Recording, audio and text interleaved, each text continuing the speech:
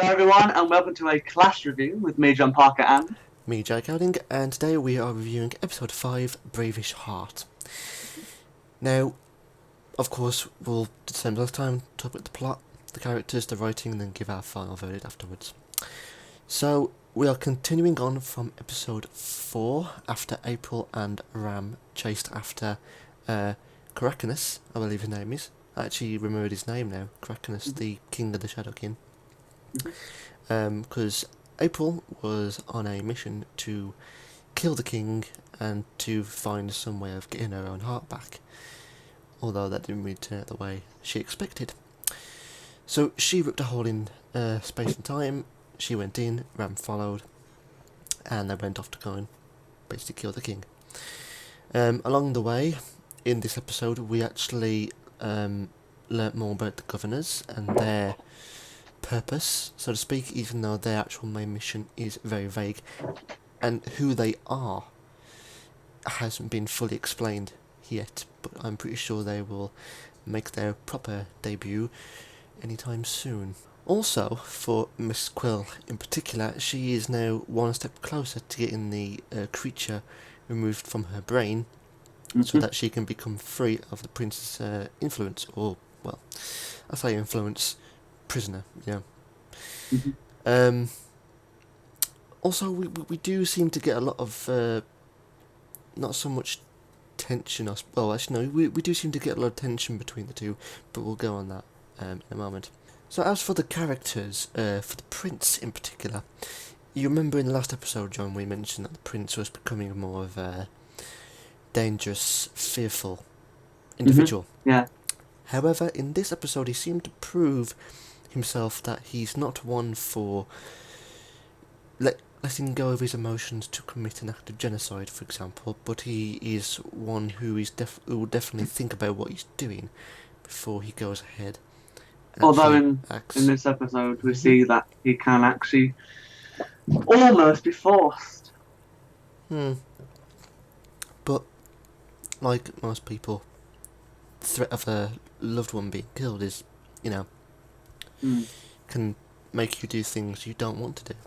Yeah. But I think, as the series will come to an end, his character will develop and become even stronger, to a point where he may even act like the Doctor in a way, to try and find the means to save everyone. You never know, they could be using his character as some sort of link, or like, And as I was saying just towards the end of the plot brief, is that the tension between Miss Quill and the prince has become even stronger now. Of course, Miss Quill is now on the verge of getting the creature moved from her head, therefore we are now constantly thinking what she is going to do once that has been done. So I still stick with my feeling that in the last review I think I said about it, in that I think Quill may or may not turn into some sort of evil type character, or perhaps a revengeful character. Because once that thing's out of her head, she has the opportunity then to use weapons. And will there be a scene at least where she puts up a gun to through the prince's head, even if she doesn't fire it? So I think they might do that. The writers may have done that in a future episode. We'll soon see, of course, but I think that might happen. Well, due to her the way her character is. Well, I agree, but I also think that she might even change, have a change of heart afterwards, and actually. Yeah, I'm sure she won't go through with it, obviously, because that would defeat the purpose of the show, effectively. Not exactly. It depends. Well, the prince has got to survive, really, hasn't he? Well, obviously, but depends. But Miss Quill's future is uncertain, so we never know. But besides them, of course, now Ram and April's family understand what exactly they're going through. So I wonder, after what they've been through, especially Ram's dad and April's mother and father, how they are going to react in the future towards the gang actually saving the world, basically being on the front line for Earth. So I wonder if they're going to play a part in preventing this in the future, or they're actually going to help So Also, those characters can have an interesting viewpoint in the future. Yep. Also, the mother's now got her legs effectively back, although of course she's still working on the strength on them. But I think that's really cool because now we get to see, her walking. Yes. That's I guess a happy thing in the show. Now, going back to the plot a little bit, April said that she's now lost her abilities. So does that mean that she's lost her hold on the Shadow King army? She did say that she was no longer king in the show, I believe. Which is strange because they said that if you defeat the current king, then you become it regardless. It may be that technically she's still the king, but at the same time, because she's lost the powers, she can't get back. She asked them to destroy the portal. They may just turn around and say, well, we need a new king, so we'll have to elect the next one, or something daft like that. And of course the actual... Or have a battle to the death. All that. And of course Kraken has actually managed to pull the anchor out now, hasn't he? Or he might retake over. It might be that he finds a way to escape, and then uses his forcefulness to overrule them again. Which is entirely possible. In fact, that might even conclude a finale. I'm certain of it. So one other person I'll talk about now before giving our ideas on the writing itself is the governors, or in particular the headmistress. They know a lot of things, don't they? They are like... I just don't...